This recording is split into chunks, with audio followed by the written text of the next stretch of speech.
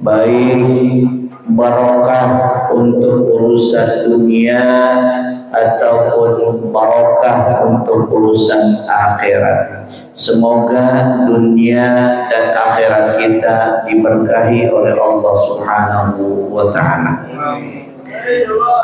Yang sejatinya di acara kita insya Allah semua hadir, dan kalau nanti hadroh ini nanti lomba bisa menang, insya Allah nanti akan dapat juara luar biasa. Karena setiap tahun kita mengadakan lomba, dan di antara lombanya adalah hadroh dan qasidah. Mudah-mudahan itu menjadi wujud cinta kita kepada Nabi, karena kita dalam hadroh kita membacakan daripada riwayat dan napaktilas daripada Rasulullah SAW. Nah, pada 2 pekan yang lalu kita masih bicara tentang keutamaan daripada sedekah. Keutamaan apa? Keutamaan apa? Sedekah. Maka sekarang kita lanjutkan masih bicara keutamaan sedekah.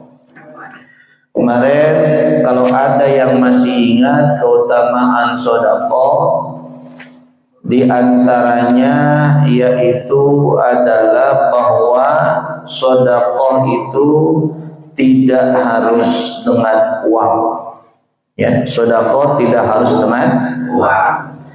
Kalau kagak pakai uang, maka kata Nabi boleh dengan apapun yang kamu punya. Pakai uang banyak kagak ada, pakai uang yang sedikit boleh. Kalau kagak ada juga selain kepakai uang, pakai apa Ustaz? Boleh pakai ilmu apa kagak? Boleh pakai ilmu. Sedekahnya menggunakan ilmu. Ustaz, saya kagak punya ilmu Ustaz, maka sedekah yang terakhir yang dianjurkan oleh Nabi yaitu dengan kita berdoa. Dengan apa? Berdoa. Itulah yang kemarin kita pelajari terkait tentang keutamaan daripada sedekah. Sedekah tidak harus menggunakan uang, tetapi dengan berbagai macam cara, karena sedekah adalah amalan yang utama dalam syariat Islam. Dan saudaraku sekalian yang berbahagia, kita akan lanjutkan. Ada satu hadis Nabi sallallahu alaihi wasallam, waqala sallallahu ngasihnya cuma sedikit, walaupun kita sedekahnya cuma sedikit.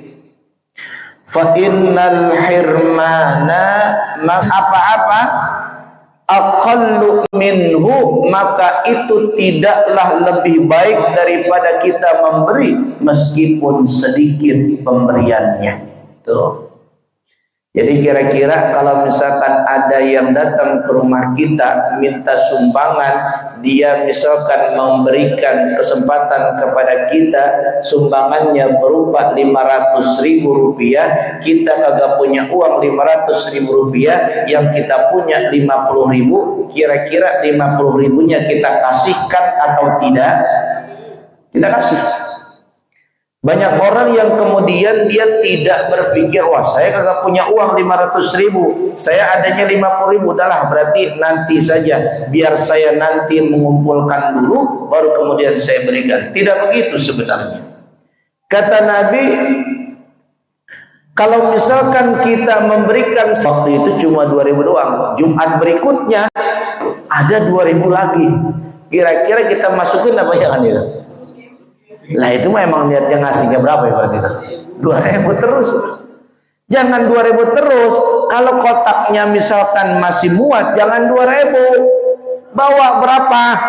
10. Bawa berapa? 5.000. 10 5.000 pahalanya lebih banyak daripada 2.000. Meskipun ikhlas 2.000 tidak banyak pahalanya. Tetapi kalau ikhlas 10.000 lebih banyak. Ini mah kadang-kadang ada yang ngomong begini. Ini seakan-akan membenarkan omongan dia, padahal salah. Saya daripada 10.000 kagak ikhlas, mendingan 2.000 ikhlas, katanya begitu. Ya pantas masjidnya lama jadi, ya pantas musolahnya lama jadi, ya pantas majelisnya lama jadi. Orang bilangnya begitu, lebih baik 2.000 ikhlas daripada 10 juta kagak ikhlas. Benar benar? 100 ya. Makanya kalau misalkan kita nyumbang, itu jangan dilihat cuma faktor ikhlasnya, tapi dilihat banyaknya. Karena mohon maaf, amalan yang utama adalah sedekah. Sedekah itu punya dua dimensi, dimensi horizontal dan dimensi vertikal. Itu sedekah. Makanya bahaya kalau ada orang yang ngomong begitu kita iyain, mendingan 2.000 ikhlas daripada 1 juta kagak ikhlas, katanya begitu. Lah berapa itu? Bisa-bisa bangun masjid kagak kelar-kelar, semuanya bangun apapun kagak kelar-kelar. Yang terpenting kita motivasi diri kita, ikhlas adalah urusan hati kita kepada Allah. Yang penting manusia melihat jumlah berapa yang kita sumbangkan. Betul Pak, betul?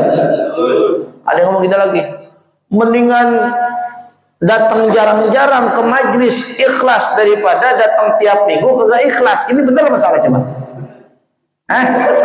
Coba saya ulangi lagi, coba ini. Ulangi lagi tadi. Mendingan datang jarang-jarang ikhlas daripada datang tiap minggu kagak ikhlas. Mendingan mana coba? Nah itu, ini salah juga ini sebenarnya. Mendingan datang ikhlas. Ulangan lagi ya. Mendingan datang ikhlas, karena amal itu dua penilaian Allah. Pertama kualitas, kedua kuantitas. Kualitas hati ikhlas, kuantitas jumlah rakaatnya. Makanya orang yang masuk surga yang banyak ibadahnya, itu kuantitas. Makanya orang yang masuk surga adalah orang yang kualitas. Apa? Dia sholatnya jarang, tapi sekali sholatnya minta ampun kualitasnya. Itu. Jadi Allah tuh menilai dua, bisa kualitas, bisa kuantitas. Nah jamaah sekalian yang berbahagia. Lalu kemudian ada lagi satu hadis Rasulullah SAW. Waqala sallallahu alaihi wasallam, man nahara sa'ilan. Ini ancaman ini, ancaman. Kata Nabi sallallahu alaihi wasallam, man nahara sa'ilan naharathul malaikatu yaumal qiyamati. Ini kata Nabi, ini ancaman nih luar biasa kepada orang-orang yang kagak mau nyumbang tapi ngata-ngatain orang yang minta sumbangan. Ini bahaya nih. Ada orang kan begitu kadang-kadang, nyumbang kagak, malah ngatain dia. Wah, minta sumbangan mulu tuh panitia, atau begitu. Kayak besok nih maulid nih, kayak besok saya tuh Ustaz Samit minta selawatan mulu kalau ngisi acara, kan gitu ya. Nah itu. Ini salah nih. Kata Nabi SAW, man nahara sa'ilan, siapa yang menghardik, siapa yang ngejek, siapa yang ngata-ngatain orang yang minta sumbangan, sa'ilan. Sa'ilan itu isim fa'il dari kata sa'ala. Sa'ala yas'alu, sa'ala yas'alu, su'alan. Nah gimana sih? Begitu salah apa? Su'al. Jadi kalau misalkan kita nasrib itu sa'ala kan bisa diartikan bertanya, bisa diartikan meminta. Apa? Diartikan apa? Meminta. Maka man nahara sa'ilan itu bukan diartikan siapa yang menghardik orang yang bertanya, bukan. Tapi siapa yang menghardik orang yang meminta. Siapa yang meminta? Ya banyak orang yang meminta. Ada pengemis, ada pengurus masjid DKM, ada pengurus musola, ada panitia maulid, ada panitia Isra Mi'raj, ada panitia tahun baru, ada panitia 17 Agustusan, ada panitia yang lainnya. Ada nggak panitia kemaksiatan? Ada nggak? Ada itu yang nanggep apa namanya itu? Ada yang nanggep LGBT katanya. Insyaallah, auzubillah. Makanya kalau misalkan kita melihat hadis ini, man nahara sailan, siapa yang menghardik orang yang meminta-minta, kata Nabi sallallahu alaihi wasallam, naharatul malaikatu yaumil qiyamah. Nanti di hari kiamat orang yang menghardik, orang yang meminta di dunia, di hari kiamat dikata-katain sama malaikat. Demikian. Kemudian kita harus jangan sampai mengikuti seperti mereka, karena setan itu ngegodain kita. Setan itu ngegodain kita, emosi kita. Kadang datang, kita lagi tidur, dibangunin sama panitia. Tok tok tok, assalamualaikum. Kan kita jadi pusing, jadi stres. Gimana ya? Bangun tidur langsung menerima, Pak minta sumbangan. Kesel nggak kira-kira kita? Kesel. Kadang-kadang kita lagi tidur bangun terus ada assalamualaikum Pak, sumbangan buat masjid. Kita ngomong begini, mohon maaf nggak ada orangnya. Terus kata panitianya, itu siapa yang jawab gitu. Kan begitu. Dibilang nggak ada orangnya. Makanya kalau misalkan kita didatangi sama panitia atau sama orang siapapun minta sumbangan sama kita, itu ujian bagi kita. Makanya kalau misalkan itu ujian bagi kita, maka di sini kita dianjurkan dalam kitab ini, fayam bagi ayyaruddahu raddan jamilan. Kalau kita nggak bisa ngasih, maka tolak dengan tolakan yang sebagus-bagusnya penolakan. Misalkan kita nggak punya duit sekali, Pak Puji, nggak punya duit sekali, habis dari kita. Ya Allah Bapak, rasanya saya pengen membantu panitia pembangunan ini. Seandainya saya bisa, saya bantu Pak sekarang. Bapak butuh berapa? 100 juta. Saya kasih Pak 100 juta. Tapi mohon maaf, sekarang saya belum bisa. Saya belum bisa Pak. Itu baru seandainya doang Pak. Nanti insya Allah kalau saya ada rezeki, maka saya akan berikan Bapak. Mudah-mudahan doain saya, proyek saya yang di sono 6 miliar bisa tembus kan gitu. Itu penolakan yang bagus dan harapan dan cita-cita. Mudah-mudahan kalau kita punya rezeki, kita bantu itu panitianya. Amin ya Rabbal. Ada orang yang kagak mau begitu ngomongnya. Udah, pokoknya pulang. Gua lagi pusing, job gua kagak tembus-tembus sono. Berisik banget, pulang gitu. Ada yang begitu. Nah, itu termasuk yang bukan roddan jamilan, itu roddan qabihan. Ini yang termasuk penolakan yang secara buruk, dan itu bisa menjadi mudarat bagi orang yang melakukannya. Nah, jamaah sekalian yang berbahagia, Ustaz, itu kan kalau minta sumbangan ada sa'il dalam konteks talibul ilmi. Talibul ilmi, dia ini bukannya meminta harta, minta sumbangan, tapi dia meminta ilmu. Ada tuh, misalkan ada orang datang ke rumah, Pak Ustadz, ajarin saya apa Al-Quran. Itu nggak boleh ditolak itu. Nggak boleh. Nggak boleh ditolak Ustadz. Saranin malah. Hah? Saranin. Saranin. Disaranin bawa amplop. Oh, bawa amplop. Astagfirullahaladzim. Ini ujung-ujungnya dunia. Enggak, kalau itu mah biasanya manusia ngerti. Sama seperti orang datang ke dokter 3 kali kagak sembuh-sembuh, datang ke ustadz, jamaah juga ngerti sama kita. Walaupun datang ke ustadz cuma bawa amplop 10.000 isinya, tetap aja dikasih kita. Artinya dia mengerti. Enggak apa-apa, yang penting penghargaan dari orang, dari jamaah kepada ustadznya. Enggak apa-apa itu. Nah, jemaah sekalian, maka kalau misalkan dia ini bukan meminta harta, dia meminta ilmu, kita pun sama posisinya, tidak boleh menolak daripada permintaan ilmu yang disampaikan kepada kita. Nah, ini kayaknya udah jam sama. Qabdatul tamri, qabdah itu apa namanya? Qabdah itu pegangan. Jadi kalau misalkan kita memegang, berarti kalau tamr itu kurma itu kita pegang, berarti satu raupan kurma, satu genggaman kurma itu maharnya bidadari. Artinya sedekah itu nanti akan dibalas dengan bidadari di sorga. Walaupun sedekahnya cuma 1 genggam kurma. Kurma 1 genggam kurma berapa sih harganya? Enggak 1 kilo 1 genggam kurma.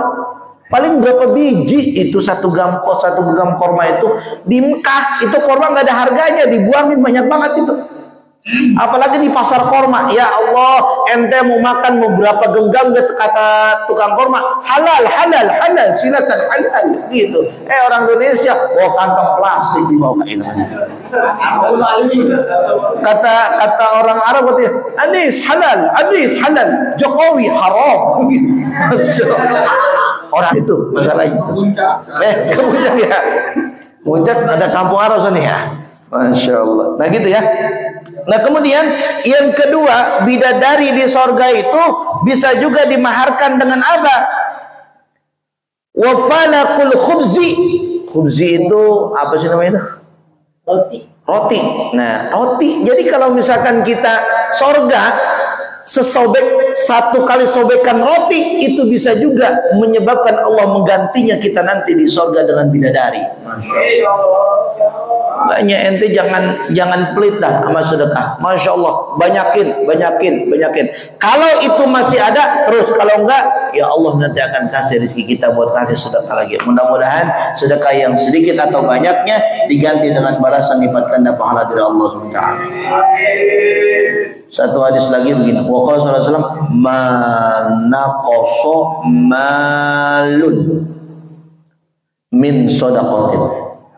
Tidaklah berkurang oleh harta daripada harta yang disedekahkan. Paham ya? Tidaklah berkurang dari harta yang disedekahkan. Jadi kalau kita punya uang nih, misalkan 100.000 kita sedekahkan, itu akan tumbuh uang kita yang 100.000 jadi 700.000. Jadi berapa? 700.000. Nggak percaya, coba liatin. Saya dulu jadwalnya cuma khutbah doang dulu. Waktu zaman masih bujangan, itu jadwalnya cuma khutbah doang. Hari Kamis sore, Ustadz punya di kantong duit itu cuma 5.000 rupiah. Mohon maaf, waktu itu masih bujangan, tinggal di daerah Kota Bekasi. Belum pulang ke Selang, belum. 5.000, sholat asar di masjid.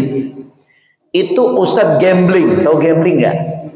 Berjudi dengan Allah, tapi berjudinya bukan dengan manusia. Ustadz yakin duit yang 5.000 di kantong ini Ustadz sedekahkan, maka nanti akan Allah balas dengan balasan yang berlipat ganda, bukan 5.000 lagi yang Allah berikan kepada saya. Masya Allah, saya kasih itu kotak amal 5.000 rupiah. Besoknya kan Ustadz ngisi Jumat ya. Kamis sore sedekah 5.000. Jumat besok Ustadz ngisi Jumat. Kira-kira Allah kasih rezeki nggak buat Ustadz? Kasih nggak? 5.000 dibalas jadi 200.000. Coba bayangin itu. Coba kalau Ustadz ngasihnya 10.000 jadi berapa? 400.000. Coba kalau ngasihnya misalkan 20.000 jadi berapa coba? Nah itu makanya jangan. Ustaz Alfred juga yakin nih. Sekarang misalkan dia sedekah di mana gitu, besok dapat Jumatan 300.000 bisa dapat itu. Ya nggak Ustaz? Benar kan? Kan begitu. Makanya jangan pelit sama sedekah. Mudah-mudahan kita sedekahnya banyak ya. Amin. Dah itu saja. Mudah-mudahan yang sedikit ini dapat manfaat dan insya Allah membuat kita makin soleh di hadapan Allah Subhanahu wa Ta'ala. Amin. Demikian apa yang dapat saya sampaikan. Sekian, terima kasih. Wallahu a'lam bishawab. Wallahul muwaffiq ila aqwamit thoriq. Wassalamualaikum warahmatullahi wabarakatuh. Kita tutup dengan hamdalah. Alhamdulillahi rabbil alamin.